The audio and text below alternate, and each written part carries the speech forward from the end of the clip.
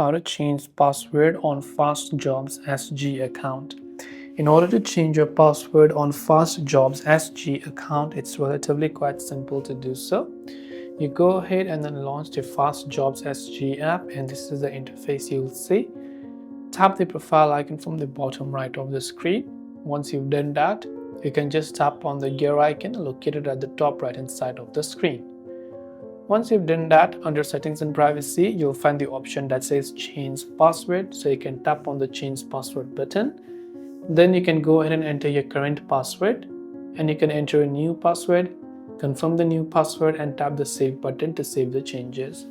But if you forgot your current password, then you can tap on forgot password button instead, and you'll get a password reset link to your email, after which you'll be able to also choose a new password without having to remember your old password.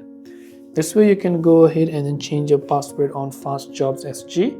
I hope the video helped you out. If you have got any further questions, do feel free to leave them down below. As always, thanks for watching till the very end, and see you soon in the next video.